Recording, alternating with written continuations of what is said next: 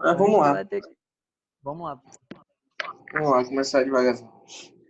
Bem, a gente já abordou sobre a parte de equilíbrio da fase líquido-vapor. Vou dar uma pincelada aqui no que a gente já estudou só para lembrar. O que é o equilíbrio de fase líquido-vapor? A analogia que eu fiz foi pegando uma quantidade de água em um recipiente fechado, que ele, de acordo com o volume, ele sobe ou desce, só que ele não tem contato com o meio, né? E eu começo a aquecer ele.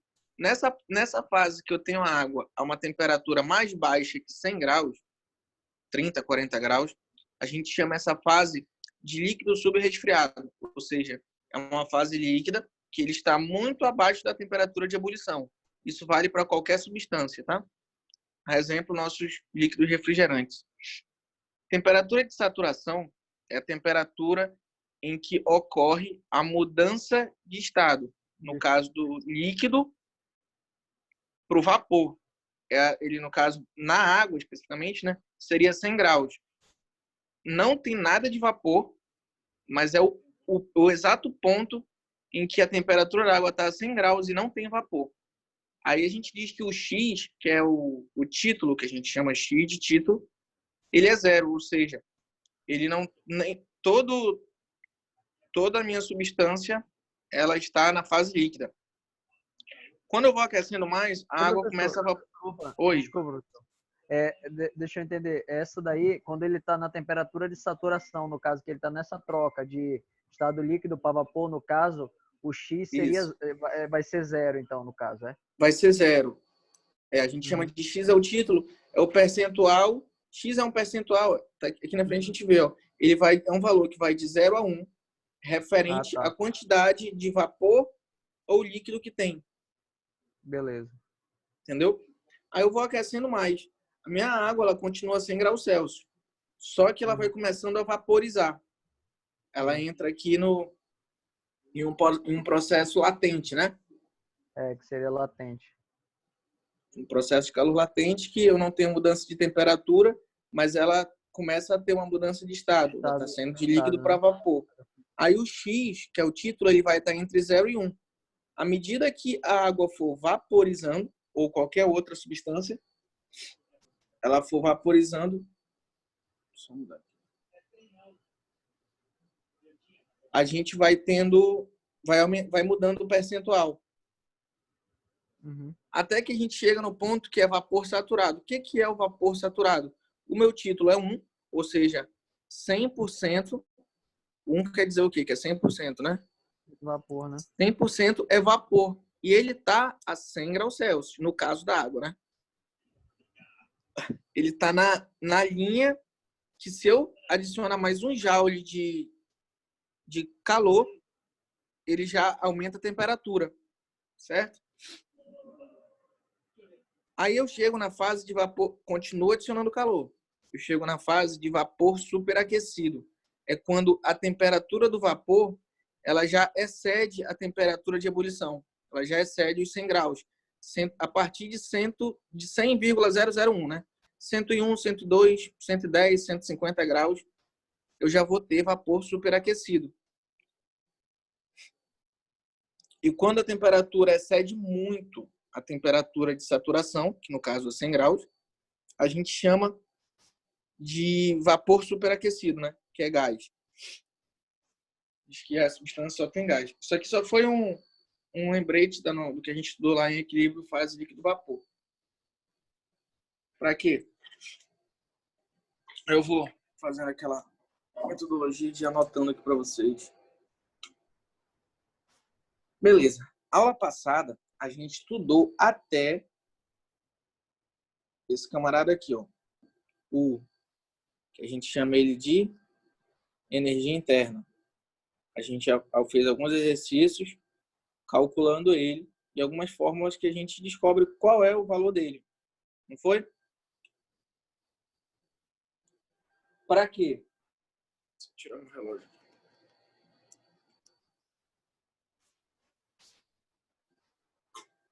A gente estudou energia interna para chegar na entalpia, mas vamos dar uma lembrada. Energia interna, por definição, é a energia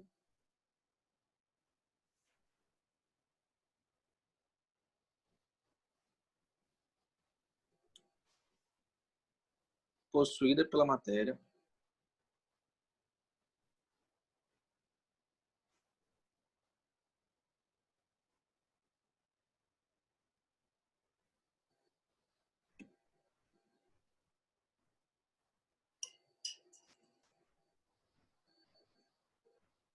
devido ao movimento e ou forças intermoleculares. Movimento e ou forças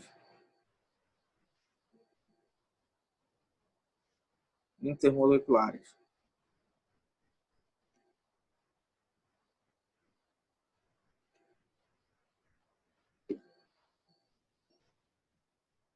Beleza? A gente diz que ela é a somatória da energia cinética, que é m v ao quadrado sobre 2, de todas as moléculas, né? A gente fez uns exercícios sobre isso. Mas para quê? Porque eu preciso entrar no que a gente chama de entalpia. O que é a entalpia? A gente vai usar muito aí na vida de vocês, na refrigeração, né? Entalpia, ela é um dado termodinâmico que ela é baseado na seguinte equação. Entalpia é igual a energia interna mais o valor da pressão vezes o volume. Só isso. Energia interna, ou entalpia, ela é energia interna mais pressão vezes volume. Esse valor de entalpia, a gente vai encontrar ele geralmente, né, em quilojoule por quilograma. É a quantidade de energia que eu tenho por matéria, né? No caso, por quilograma. Quantidade de energia por massa. Beleza? E a gente vai trabalhar com a entropia, que é dado pelo S. Entropia.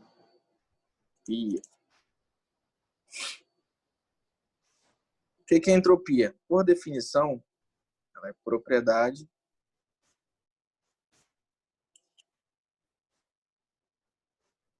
termodinâmica que representa... O que ela é? É a propriedade termodinâmica que representa o grau de desordem das moléculas. Deixa eu anotar aqui para você. Dinâmica.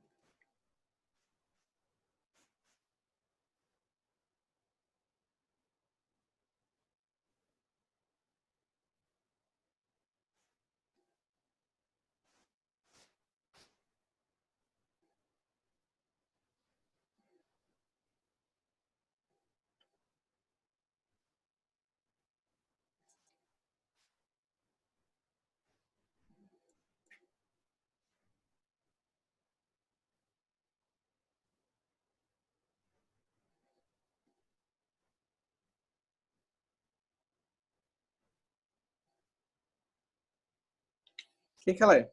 Ela é propriedade termodinâmica. Parece que está embaçado.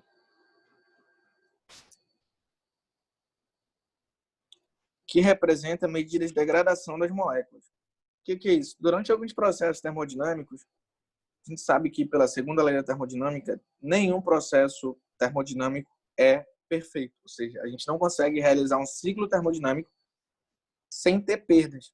Por quê? Porque a gente tem perdas durante o processo. Então, a gente vai estar... O valor uma das formas que a gente vai ter de calcular as perdas do processo é através da entropia. Acredito que deu mais ou menos para entender, né?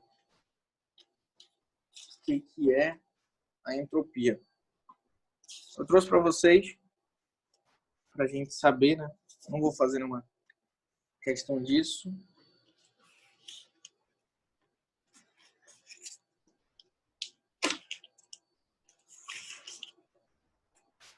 O título.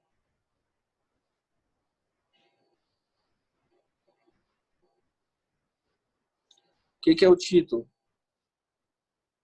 O título é a quantidade de substância que se encontra quando a gente tiver quando a gente está ali em uma fase que a gente tem líquido e vapor, a gente vai calcular a quantidade de líquido e vapor através do título. Então a gente tem o título, a gente encontra ele através da seguinte fórmula: é massa de vapor dividido pela massa de líquido mais a massa de vapor. Através disso a gente vai achar um valor que vai pode ser massa de vapor dividido pela massa total, né? A gente vai achar um valor que vai estar aí entre 0 e 1. Quando a gente tiver algum ponto dentro do gráfico lá, que a gente lembra lá do gráfico PV, que a gente vinha calculando aqui, as fases da água, as fases de congelamento. Quando tiver nessa região aqui, a gente calcula pelo título. O título é que vai dizer qual a massa de vapor e qual a massa de líquido que tem. Beleza? Opa, tem alguém querendo entrar aqui.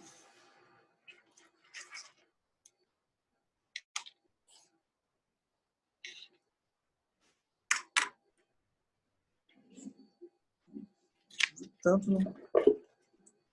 Peguei uma.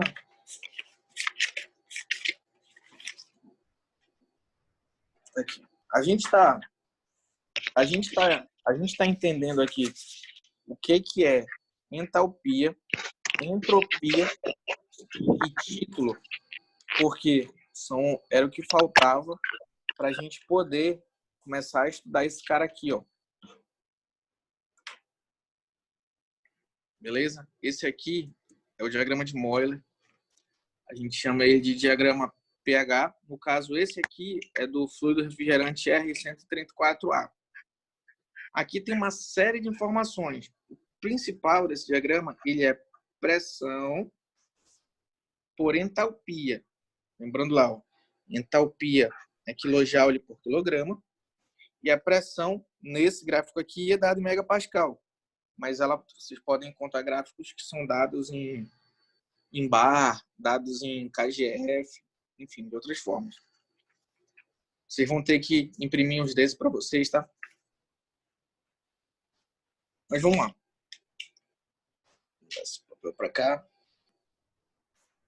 As propriedades termodinâmicas de estudo, elas são encontradas em dois grandes grupos, no diagrama de Euler e nas tabelas termodinâmicas. No curso de vocês, a gente vai trabalhar só com o diagrama de Euler, que é mais específico para a área de vocês. As tabelas termodinâmicas, a gente vai estar usando ela mais comumente para fazer cálculos sobre turbina a vapor.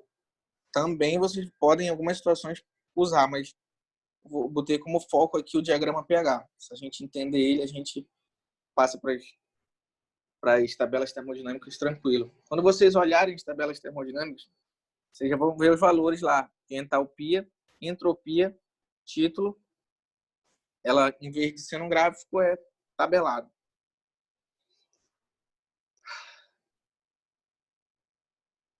Tá. As propriedades termodinâmicas, elas são divididas em 3 categorias, que nem a gente viu na revisão, né? Tá aqui as 3 categorias, que são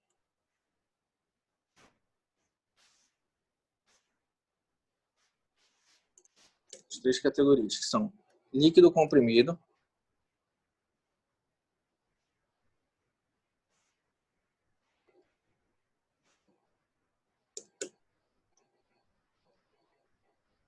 líquido mais vapor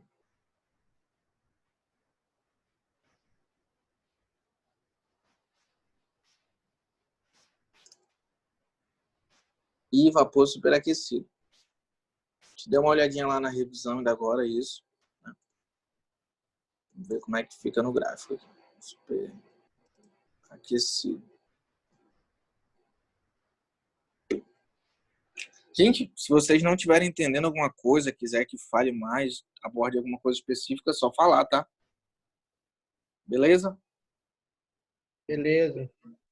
Beleza. A gente já sabe que a termodinâmica é dividida em líquido comprimido, líquido mais vapor e líquido superaquecido. Mais uma informação que eu tenho que deixar para vocês é a determinação das propriedades, tá? Deixa eu anotar aqui para lembrar. Determinação das propriedades.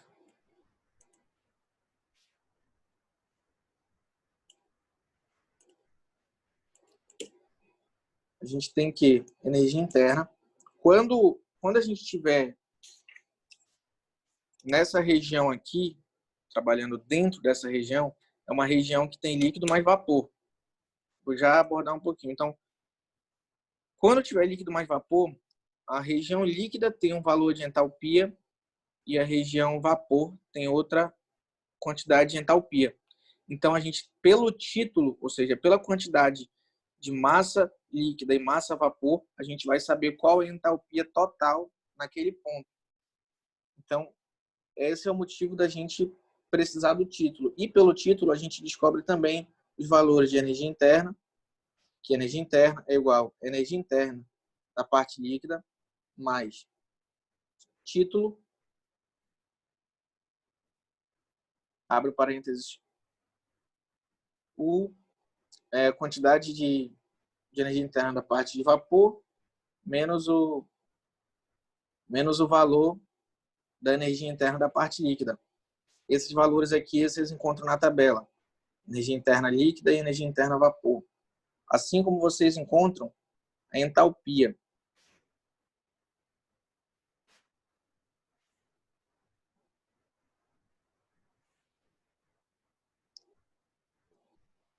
E serve para todas as outras propriedades. Volume específico da parte líquida, volume específico da parte vapor, menos e entropia.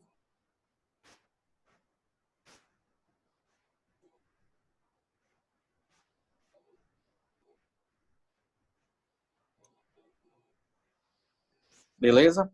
Tem uma copiadinha aí.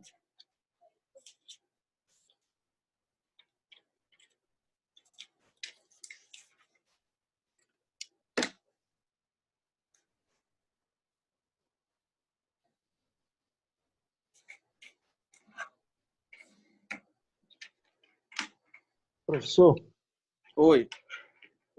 depois que o senhor terminar a aula, se o senhor puder bater foto dessas coisas que o senhor está copiando e botar no grupo, eu agradeço. Para copiar bacana. Pode deixar. Só para vocês entenderem, essa semana é a nossa última semana de módulo. A gente vai até terça-feira da semana que vem. Qual é o objetivo? Cara, para que eu tenho que... Coisa chata do caralho, né? Para quê? Através de alguns dados, como vazão mássica, temperatura de saída do condensador e do evaporador, a gente, com esse gráfico aqui do fluido refrigerante, a gente consegue calcular o coeficiente de performance dele. O objetivo até terça é vocês saírem daqui sabendo calcular um coeficiente de performance. Visto os dados que vocês vão encontrar em campo. Colocou lá o manômetro, viu as pressões de entrada e saída do compressor, verificou as temperaturas, pode, a partir do diagrama, calcular o coeficiente de performance. O objetivo é esse, tá? Tentei deixar o mais prático possível. Aí, vamos aprender a fazer a leitura desse gráfico. Tem muita informação aqui, então eu vou dividir em vários desenhos para a gente entender passo a passo todas essas linhas aqui. Beleza?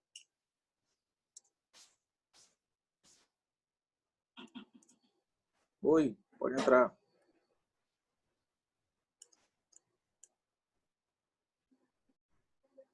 Vou depois. Agora não. Tu vai com a gente lá? Tá bom. Tá bom. Vamos lá. A gente chama de diagrama pH porque a base dele é sobre pressão, sobre entalpia. Só que a gente tem informações aqui também como entropia, volume específico, título, temperatura Então, vamos passo a passo. Vamos entender primeiro o que é, né? Vocês estão vendo que tem uma linha mais escura aqui? Cobrindo ele? Falem alguma coisa aí para saber que vocês estão mais. Sim, eu tô vendo. Sim, professor, estou vendo aí. Tô vendo, senhor, linha mais escura, assim. Daqui.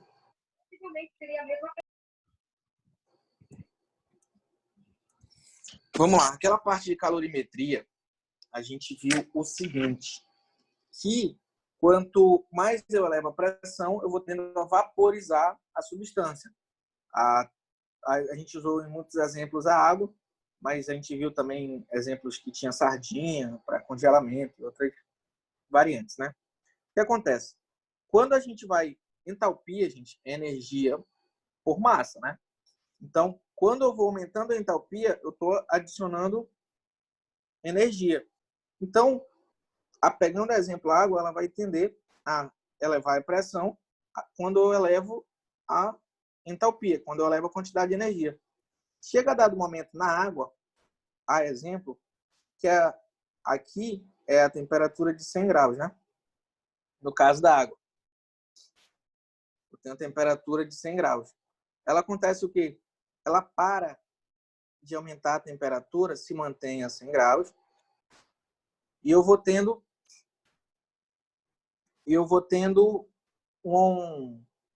ela vai saindo da região líquida e vai vaporizando. Assim que ela termina de vaporizar, é quando ela começa a aumentar a temperatura de novo. Não é assim que funciona? Se eu fizer isso a pressões diferentes, eu vou ter um gráfico interpolando o outro, assim, se eu fizer pressões diferentes, né?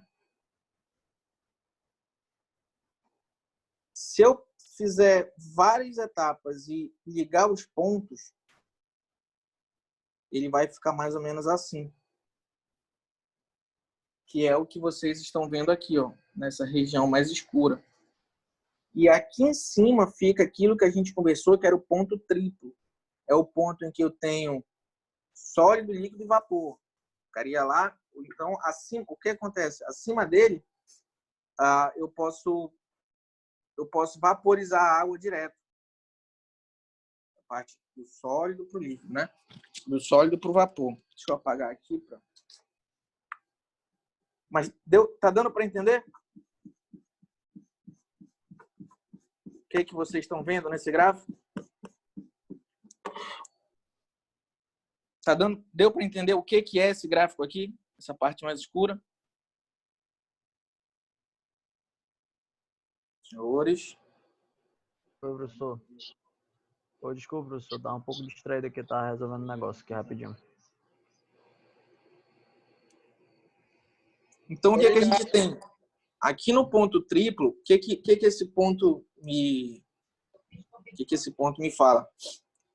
Ele fala o seguinte, ele faz uma divisão, corta o gráfico no meio entre direita e esquerda. Na parte esquerda, eu tenho aqui o que a gente chama de líquido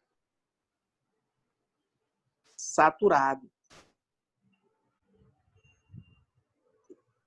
O que é o líquido saturado? Toda essa região aqui, ó, ela é líquida. No caso aqui do R134A, está falando o seguinte, que toda essa região à esquerda, ela está toda líquida, região de líquido. Ou seja, meu líquido refrigerante é líquido propriamente dito.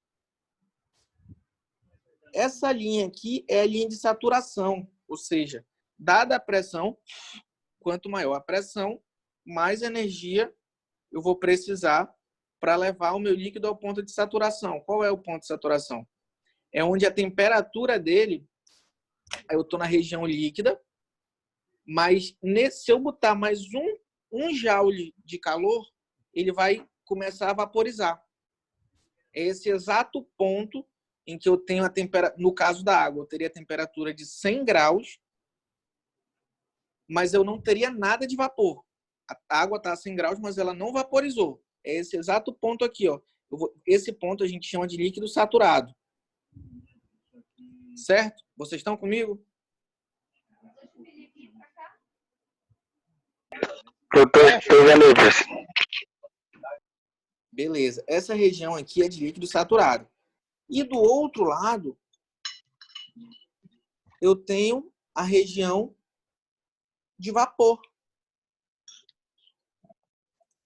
Aqui, toda essa região, ela é vapor.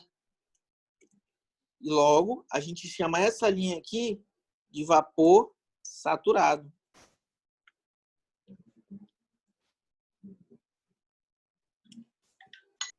O que é a linha de vapor saturado? Durante a transformação, uma transformação que eu... Aqui, por exemplo, aquele exemplo que a gente vem andando, o que acontece? Aqui a temperatura se mantém constante, certinho? Então, eu vou o quê? Eu vou ter líquido, aí é uma região aqui que eu tenho líquido mais vapor. Essa região aqui é a região de líquido mais vapor. Toda ela aqui, ó.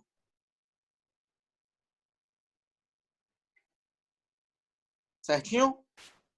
Então, eu tenho do lado esquerdo líquido, do lado direito vapor, e no meio eu tenho líquido mais vapor. Lembrando bastante de calorimetria aí. Certinho? Vocês estão comigo? Estão entendendo? Positivo. Tá bom. Então, vamos estudar agora. A gente já entendeu, voltando no gráfico, a gente já entendeu que essa linha aqui é a linha de saturação. Desse ponto para a esquerda, toda essa região é vapor. Desse ponto para cá, respeitando a linha, toda a região é vapor do lado direito, toda a região do lado esquerdo é líquida, desculpa. E o que está no meio é líquido mais vapor. Aí vamos ver o que mais de informação esse gráfico traz para mim. Traz bastante informação. O X lá, que a gente estava estudando, o título. Eu tenho informação de título aqui no gráfico. Onde é que ela fica? As informações de título, elas vão entrar quando? Elas estão entre a região líquido e vapor. Elas vão estar aqui dentro. Então, as linhas de título, elas ficam mais ou menos assim dentro do gráfico.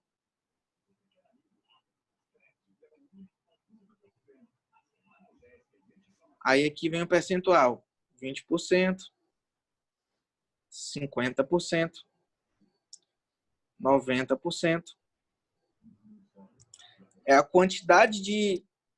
Quanto menor, no caso, se for zero, quer dizer que é tudo líquido. Quando eu falo 20%, é 20% de vapor da minha massa.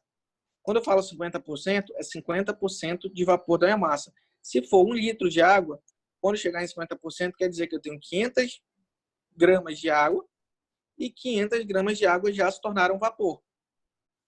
Vamos olhar aqui se é verdade. Eu vou precisar que vocês tirem umas impressões dessa, tá? Aqui, ó, as linhas de título, ó, 10%, 20%. Deixa eu marcar de vermelho.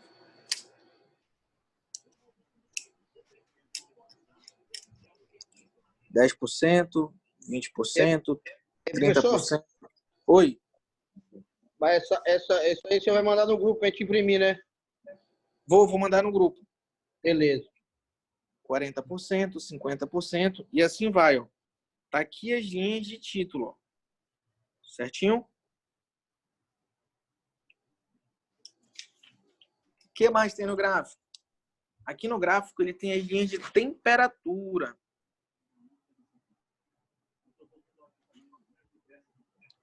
O gráfico pressão, entalpia, tem as linhas de temperatura.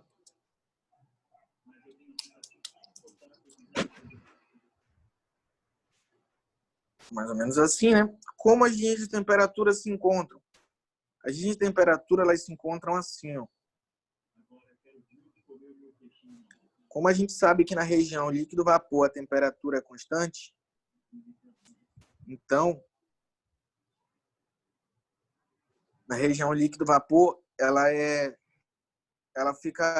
essa linha ela fica muito próxima da linha de pressão, às vezes coincide de ser até a mesma linha, certo? A gente tem que ter uma atenção aí.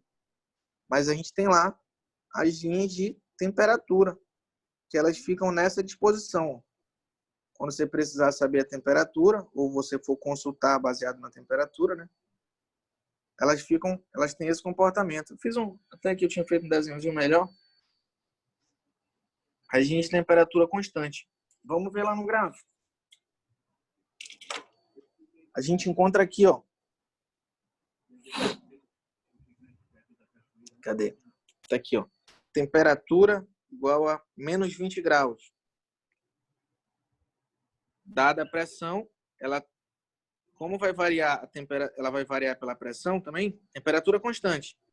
Mas o estado que o líquido vai se encontrar vai variar também pela pressão. Então ela vem aqui, ó. É linha tracejada. Chega bem aqui, ela passa constante, né? Menos 20 graus. E ela desce para cá, ó. Sinalizando qual é o valor de entalpia, né? Beleza? Então, tá aqui a linha de temperatura, ó.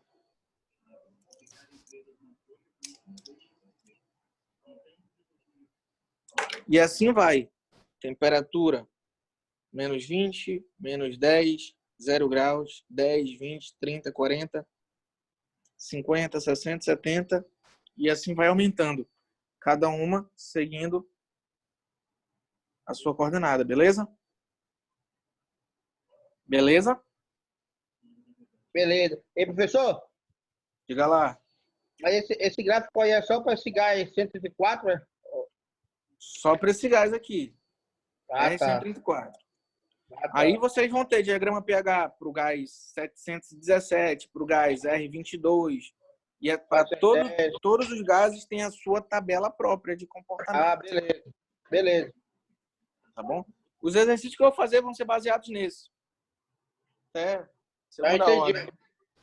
Porque senão é muita tabela. Mas são idênticos. Os outros gráficos são idênticos, só muda algumas informações, né?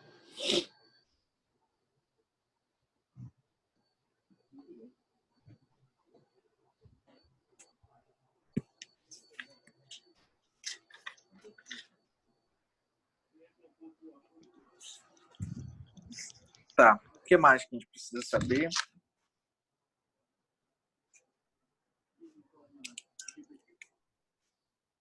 Deixa eu mostrar aqui o que eu tinha desenhado. Gráfico pH. As linhas de entropia, elas vão ter esse comportamento aqui, ó. O que é entropia? As linhas de S de entropia. Entropia, ela é dada em kJ por quilograma Kelvin. Beleza? Elas tá aqui elas, ó. Elas se encontram nessa disposição. Perfeito? Com seus respectivos valores.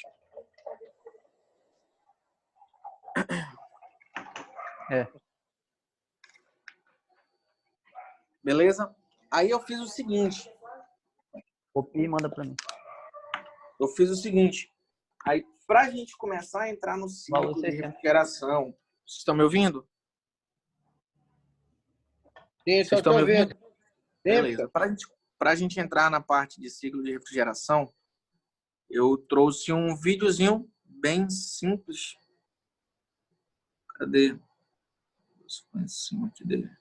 Tá aqui. Um videozinho bem simples, explicando como é um ciclo de refrigeração, só para nivelar. Eu acredito que quase todo mundo saiba, né? Mas é um vídeo... Vocês estão ouvindo o vídeo? Carnot foi um físico francês que propôs uma mudança nas máquinas térmicas da sua época. Dá para ouvir sim. Eu tô ouvindo. Dá para ouvir? Dá para ouvir, pessoal. Volte lá do começo. Tá, vou deixar rodar aí.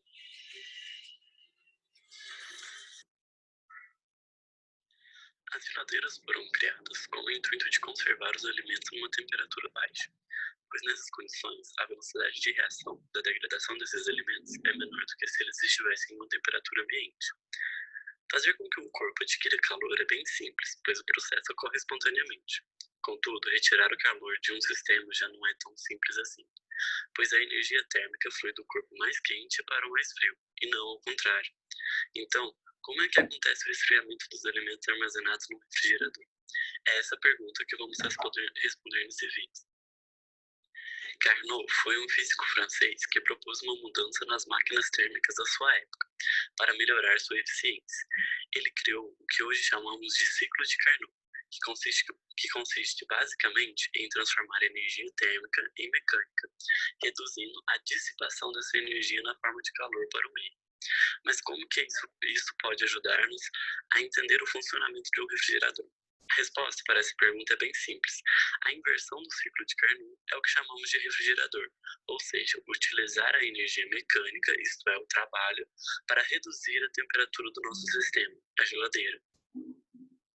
Para fazer com que isso aconteça, usa-se um compressor, que basicamente consiste em um pistão que se movimenta para cima e para baixo, alimentado por energia elétrica, que comprime um fluido, chamado de fluido refrigerante, que possui dentro do sistema interno das geladeiras. Esse fluido é cautelosamente escolhido pelos fabricantes de refrigeradores, pois este deve possuir ponto de ebulição próximo da temperatura ambiente, e a sua energia interna deve diminuir quando o mesmo se expande. O compressor aumenta a pressão desse fluido, reduzindo assim o seu volume. Como esse aumento de pressão acontece muito rápido, o fluido perde pouco calor para a vizinhança, e o processo pode ser considerado adiabático. O trabalho realizado pelo compressor produz um aumento na energia interna do fluido, e a sua temperatura aumenta. Esse gás sai do compressor em alta temperatura e passa pelo que se chama de condensador, onde ocorre um resfriamento isobárico. No condensador, o fluido refrigerante começa a perder calor para o ambiente externo, fazendo com que a sua temperatura diminua. No entanto, o compressor mantém constante o seu funcionamento, então a pressão permanece a mesma. Ainda no condensador, o fluido que está na fase gasosa e perdendo calor se condensa, tornando-se líquido. Esse líquido, que está em alta pressão, atravessa um tubo capilar e, ao sair dele, se expande. Como esse processo acontece muito rapidamente, ele pode ser considerado como sendo adiabático, pois não há trocas de calor. Na expansão, a temperatura diminui e parte do líquido se vaporiza. Como este agora está numa temperatura mais baixa do que a temperatura interna da geladeira, há uma troca de calor. E isso faz com que o interior da geladeira seja resfriado e a temperatura do fluido aumenta. Ao final desse processo, o fluido se apresenta totalmente no estado gasoso e a baixa pressão, e é sugado pelo compressor novamente, onde o ciclo recomeça.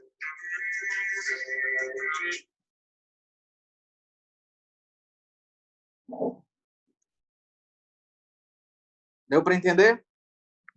Dúvidas? Positivo. Tranquilinho, né? O que ele falou? Fez um desenhozinho aqui um pouco mais cedo. Isso aqui é um esquema básico de um sistema de refrigeração, certinho? O que acontece nele, né? A gente tem o trabalho de um compressor. A gente dá pela siglazinha de trabalho com um pontinho em cima. Ele admite vapor. A gente comprime esse vapor e ele entra como vapor ainda no condensador. Só que o que acontece? A gente tem uma elevação de temperatura, por consequência, um leve aumento da entalpia, certinho? Então, o ciclo começa aqui, passa pelo compressor e vai para o condensador ainda na fase de vapor. No condensador, à medida que a gente vai removendo o calor do condensador, aquele vapor ele vai se tornando líquido, porque a entalpia dele vai diminuindo. Ele vai perdendo calor para o meio. Então, a entalpia dele, lembrando lá que a entalpia ela é dada em kJ por quilograma. Se eu vou tirando o calor, eu vou tirando o calor, que a gente calcula em joules. Então, a entalpia dele vai caindo. E ele vai se tornando, vai entrando na fase líquida, até que no ciclo ideal sai somente líquido. A gente pega o condensador, ele passa, sai do condensador com uma entalpia 3, aí, e entra na válvula de expansão. Do passo 3 para o 4, a entalpia dele se mantém a mesma. Só que a gente tem uma queda de pressão. Qual o objetivo da queda de pressão? Parte do líquido começa a evaporar na tubulação, e quando entra no evaporador, como o nome diz, evaporador, ele ainda entra grande parte dele líquido. Só que ele vai evaporando assim que a gente adiciona calor. Vou adicionando calor nele, ou seja, vou removendo o calor do meu ambiente e aí levando esse calor no gás. Então, eu vou adicionando calor no gás no evaporador. E ele vou tendo um aumento de entalpia. Até que ele vai vaporizando, vaporizando, vaporizando e sai do evaporador, no ciclo ideal, somente vapor. E retorna para o compressor, onde se reinicia o ciclo. Certo?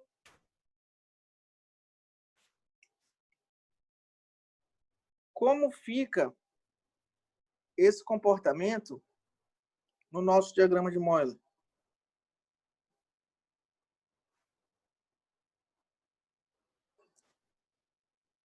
Nosso diagrama pH.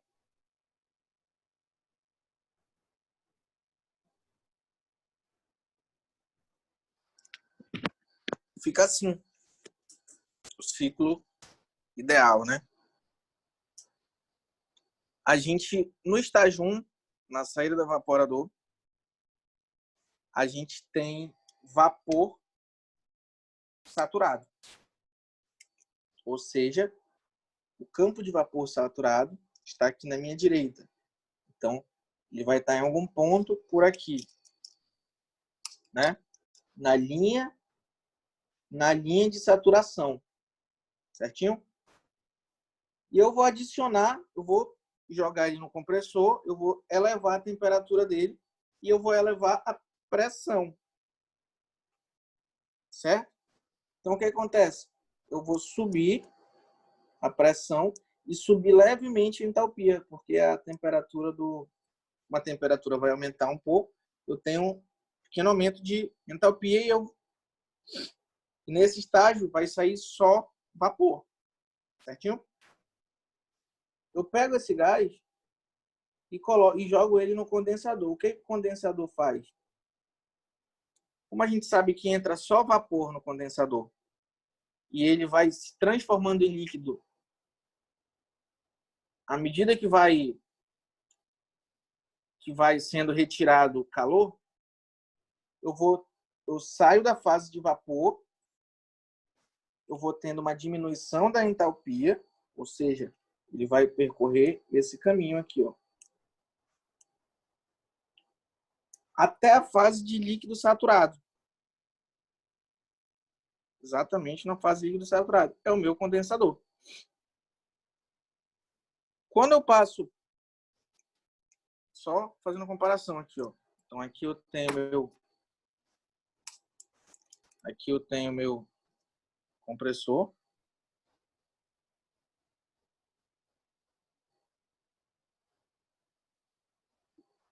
Aqui eu tenho meu condensador.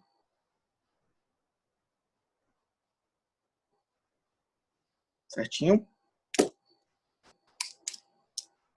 Aí o meu líquido saturado sai e entra na válvula de expansão. Lembrando que na válvula de expansão eu não tenho mudança de entalpia.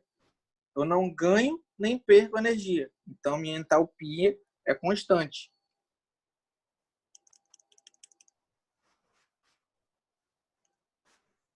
Ela vai descer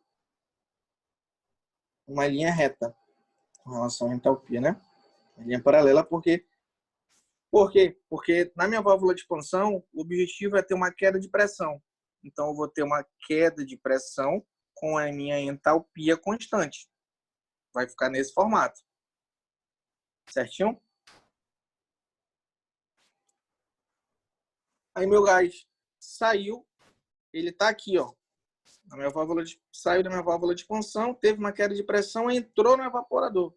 Quando ele começa a entrar no evaporador, eu começo a adicionar calor dele, ou seja, eu começo a retirar calor do meio. Então, a entalpia dele sobe. Novamente. Então, eu tenho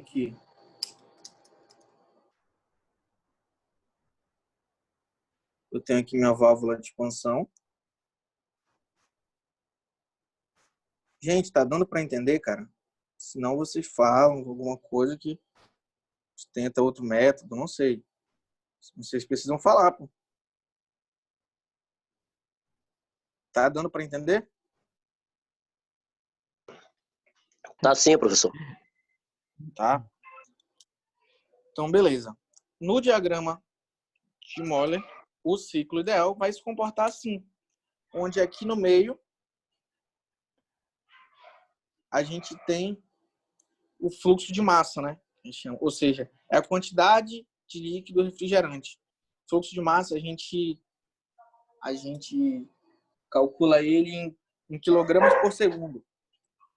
Fluxo de massa em quilogramas por segundo. Ele está diretamente relacionado à potência e capacidade do compressor. Belezinha? Simples, fácil, prático. Aí eu trouxe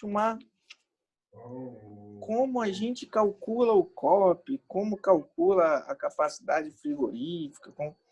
O que acontece? Aqui, esses valores que a gente botou aqui, ó, 1, 2, 3, 4, eles no gráfico estão aqui. 1, 2, 3 e 4. Certinho? Cada um ponto desse, ele vai ter no gráfico um valor de entalpia, exceto no ponto 3 e 4, que a gente sabe que a entalpia é constante. Certinho? Para que eu preciso saber do valor de entalpia? Através do valor de entalpia, eu vou descobrir o quê? Eu vou descobrir o trabalho do compressor, quanto de calor é adicionado no evaporador, quanto de calor é rejeitado no condensador e vou calcular o COP a partir desses dados. Então, eu vou passar como a partir a partir dos valores de entalpia do ponto 1, do ponto 2, do ponto 3, do ponto 4 e o fluxo de massa que é baseado na potência do compressor, eu consigo fazer alguns cálculos que eu vou passar para vocês aqui. Como é que funciona? O trabalho do compressor... Pessoal, tem algum cachorro latindo aí?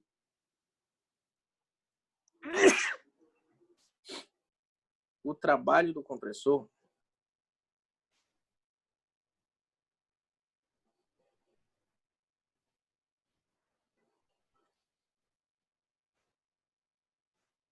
a gente chama de WC, né? O trabalho do compressor, ele é dado por fluxo de massa multiplicado pela entalpia no ponto 2 menos a entalpia no ponto 1.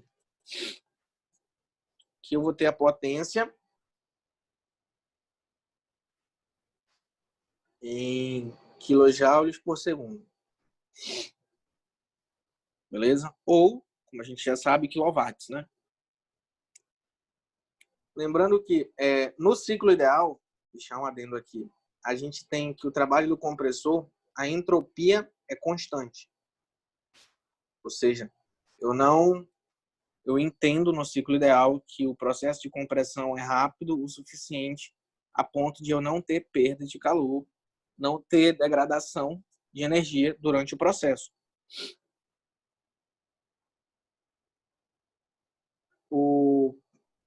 A gente calcula a quantidade de calor adicionado no evaporador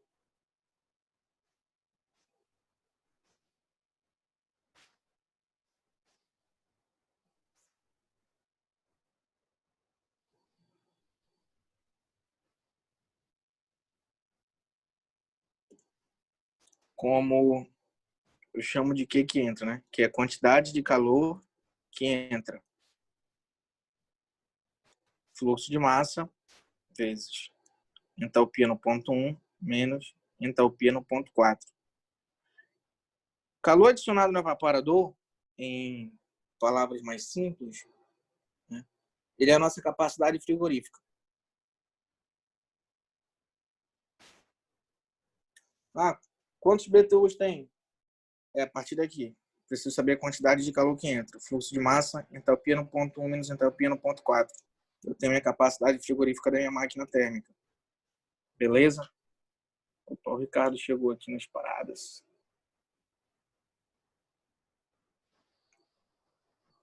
Tá aqui para capacidade frigorífica.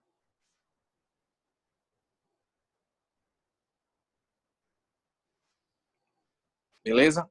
Tá embaçado, né? Tá aí. Calor rejeitado no condensador.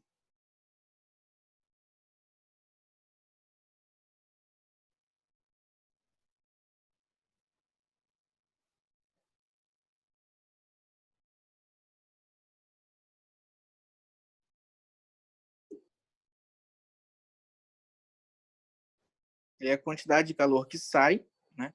Chama assim, que é dado pelo fluxo de massa vezes a entalpia no ponto 2 menos a entalpia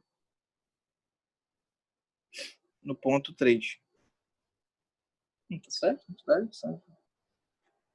Cadê o desenho aqui? Ah, tá certo. Entalpia no ponto 2, entalpia no ponto 3.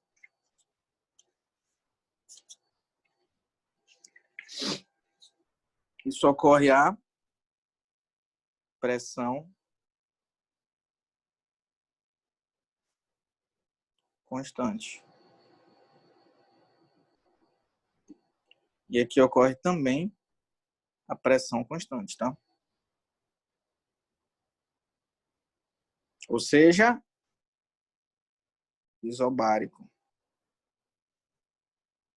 Processo isobárico. Na válvula de expansão, aqui só para que está entre os pontos 3 e 4, a gente tem a entalpia constante, né? Igual a gente já conversou. E o COP, o tão famoso COP, nosso coeficiente de performance, ele é calculado pela quantidade de calor que entra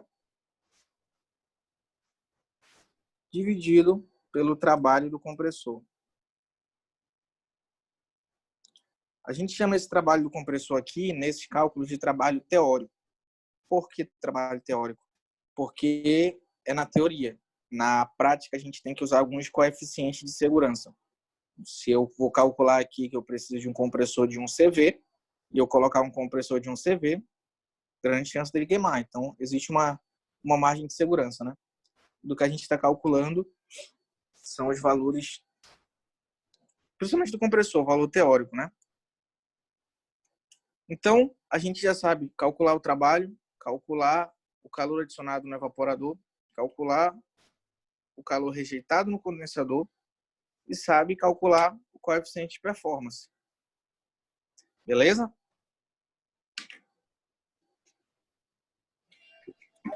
Se eu botei para tirar um print dessa.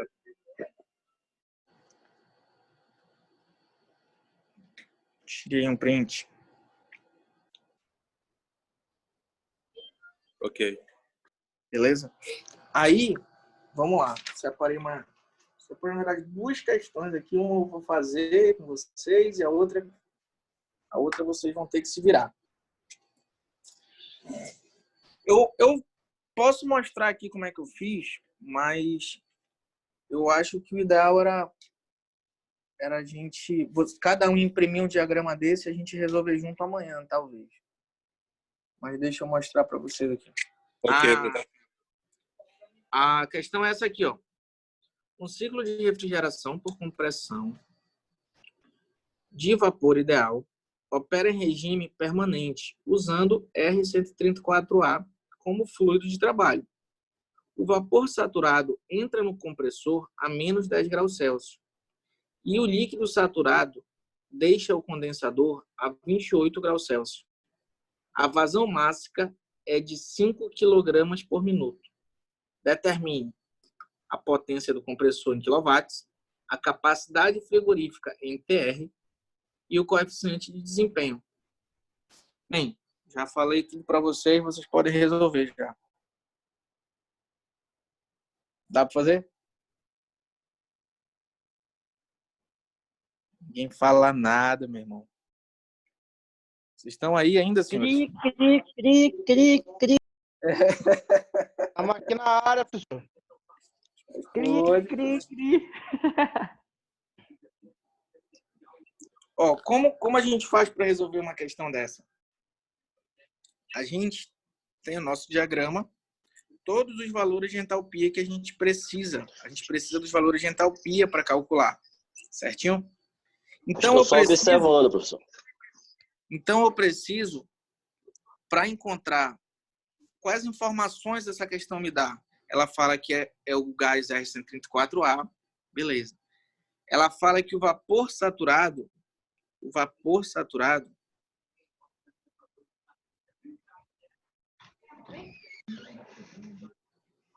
ele entra no compressor a menos 10 graus Celsius.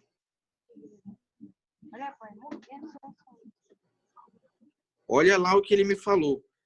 Vapor saturado entra no compressor a menos 10 graus Celsius. Onde é que está a minha linha de vapor saturado aqui? A minha linha de vapor saturado é essa aqui, ó. A gente já viu, né? Essa linha grossa aqui, o lado direito. Toda essa parte aqui é vapor. E eu tenho essa linha aqui de vapor saturado. Então, se ele está falando que o vapor saturado entra a menos 10 graus Celsius, eu vou procurar lá, aqui no diagrama, a linha lá que está o 10. Ó. Opa, está aqui, ó. 10 graus Celsius. Aqui é 20, aqui é 30. Então, se aqui é 10, o próximo é 0. E essa linha aqui... Menos 10. Menos 10. Aí eu vou lá e marco ela. Esse ponto aqui, ó. Beleza? Lá no diagrama que a gente já viu como funciona, eu tenho lá que esse valor é minha entalpia 1, né? Então, eu vou pegar uma régua e vou fazer um traço aqui descendo bem retinho e vou verificar quanto vai dar na minha entalpia. Vai estar entre 200 e 300. Vou descer aqui uma linha direta. Beleza? Bem, achei minha entalpia 1. O que mais que ele me fala na questão? Ele fala, o vapor saturado entra no... Ah, já foi essa parte. Ele fala, o líquido saturado deixa o condensador a 28 graus Celsius. Opa! Líquido saturado, vamos anotar aqui.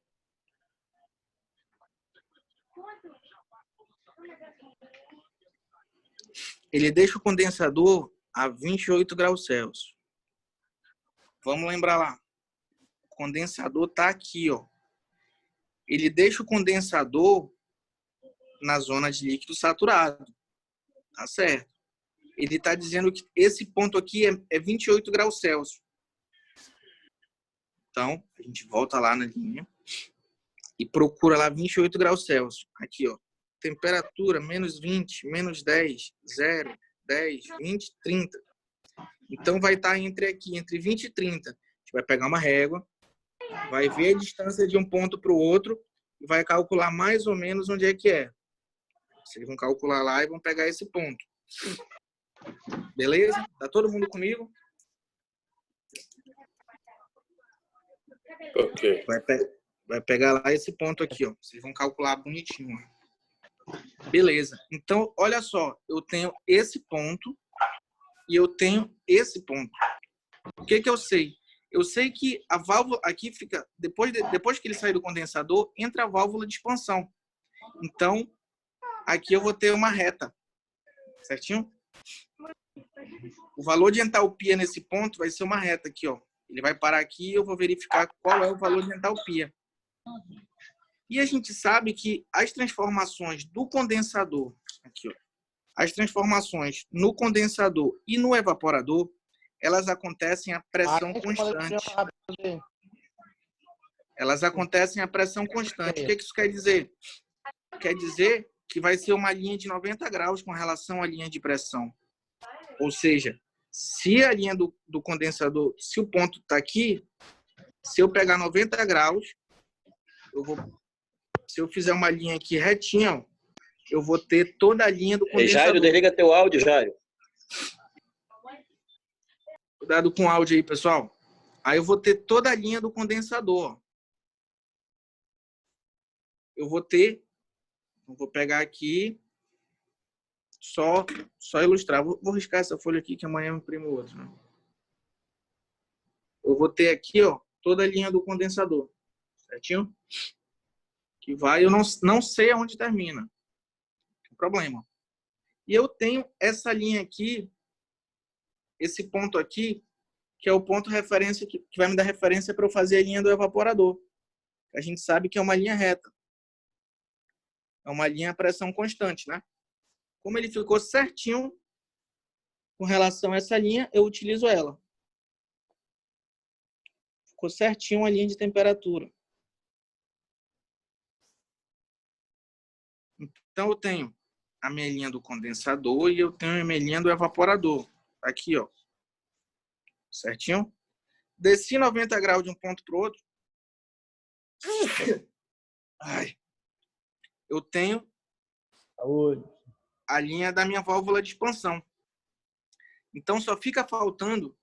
Então, eu tenho aqui minha entalpia 1, né? Eu tenho entalpia 1, preciso da 2, da 3 e da 4. A 3, ela está aqui. E a 4, ela está aqui. Tá certinho? A minha entalpia 2, como eu vou descobrir? A gente falou que esse caminho que o compressor faz daqui do 1 para o 2, ele é isentrópico.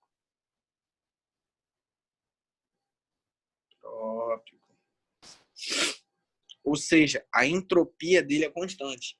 Opa! Vamos ver aqui a entropia, então. Aqui as linhas de entropia, ó. Entropia 1.2 kJ por quilograma Kelvin, beleza? Entropia, a linha de entropia, a linha de entropia. O que eu percebo? Eu percebo que eu só altero a entropia se eu andar entre uma linha e outra.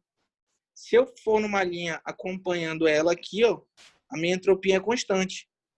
Concordam comigo? Sim. Perfeito. Então, eu vou pegar minha régua e vou sobrepor. Se a entropia está aqui, ó, tem uma linha de entropia aqui e tem uma linha de entropia bem aqui. Então, eu vou pegar uma reta que seja bem no mesmo sentido que as duas e vou pegar meu ponto e vou fazer isso com ele. Ó. Que é a linha de entropia constante. O mais próximo, o mais paralelo possível entre as duas linhas de entropia. O ponto que ele coincidir com a linha do condensador, opa, coincidiu aqui, mais ou menos. Vocês vão fazer na régua bonitinho. É a minha entalpia 2. Então, no meu diagrama de Euler, eu tenho meu evaporador, meu condensador, meu compressor e minha válvula de expansão. Para que tudo? Para a gente pegar os valores, quando vocês descobrirem esse ponto, vocês vão fazer uma reta aqui e vai me dizer, professor, a entalpia no ponto 1 é tanto, a entalpia no ponto 2 é tanto. A gente vai pegar as 4 entalpias, aí com o valor das 4 entalpias, eu vou conseguir, calcular o que ele me pede. Lá na questão, ela me pede o seguinte, potência do compressor em quilowatts. Eu vou lá, eu tenho a minha entalpia 2 e 3 e tenho o fluxo de massa. Calculo o trabalho do meu compressor. Calculo a minha capacidade frigorífica. E calculo o meu coeficiente de desempenho. Beleza pura? Deu para entender? Mais ou menos. Vai pegar com a prática. Vai se repetir aí. Tá bom. Cri. Hoje eu preparei isso para vocês. Conforme for fazendo o exercício, a gente vai vendo aí. Não, hoje eu preparei isso para vocês. Eu tenho um exercício, poderia resolver isso, só que é mais interessante para mim. Eu queria que vocês imprimissem umas listas dessa, umas folhas dessa que eu vou passar lá no grupo. E vocês, eu vou mandar uma foto dessa questão e vocês pegam para mim o valor das 4 entalpias. Quando vocês tiverem o valor das 4 entalpias, fazem durante a noite, até amanhã, a gente vem aqui amanhã e resolve essa questão junto. Beleza. Mas vocês imprimam umas 5, 6 folhas iguais a essa, tá? Porque Tá bom. cada questão Tu vai a gente mandar, vai usar uma. Eu vou mandar agora, tá bom? Umas 6 folhas, mais ou menos, né? Pra imprimir. Hein, professor, mais essa 6 aula folhas. aqui o senhor vai postar lá no grupo, ou no YouTube?